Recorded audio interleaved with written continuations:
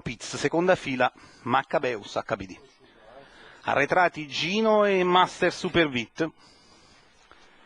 Si ritrae anche Negus B che poi galoppa.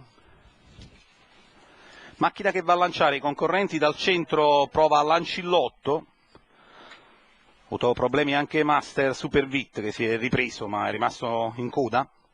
Lancillotto sfila su Orazio e Overcraft Gar. Lancillotto Zen leader 13,7 in lancio per l'allievo di Borrino. Lancillotto su Orazio, Overcraft, quarto la corda e Oramai più la Sol. Poi tutto il resto del gruppo in lunga fila indiana chiusa da Gino e Master Super Vit, preceduto anche da Maccabeus. 29,9 400 di Lancillotto che prosegue a ritmo discreto. Lancillotto con qualche lunghezza su Orazio, poi dalla coda un po' di manovre con Master che risale, prova a prendere la scia National Baltic in anticipo su Maccabeus. 44,8, anche Oramai più la Sol cerca di sortire dalla corda, ma intanto davanti Lancillotto cammina.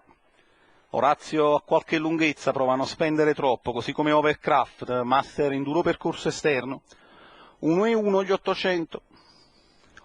Lancillotto, Orazio, Master, Oramai più che fila Master, poi Overcraft sostenuto al passaggio.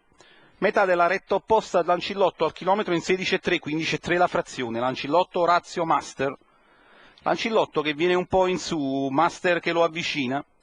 Poi Oramai più, ancora National Baltic, si va all'attacco della curva finale, Lancillotto su National, su Master, 15,1, 1,31,5, 3/4.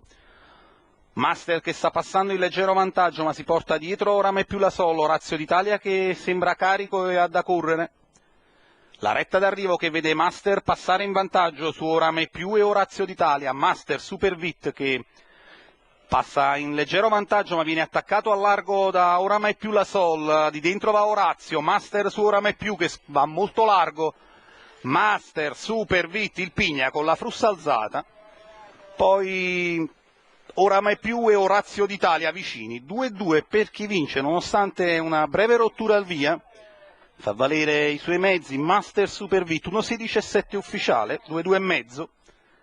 E il Varen della famiglia Pastore che viene ad affermarsi bene, al secondo ci sarà da vedere tra Oramai più la Sol che si è molto allargato negli ultimi metri ma dovrebbe aver conservato la miglior moneta davanti a Orazio d'Italia.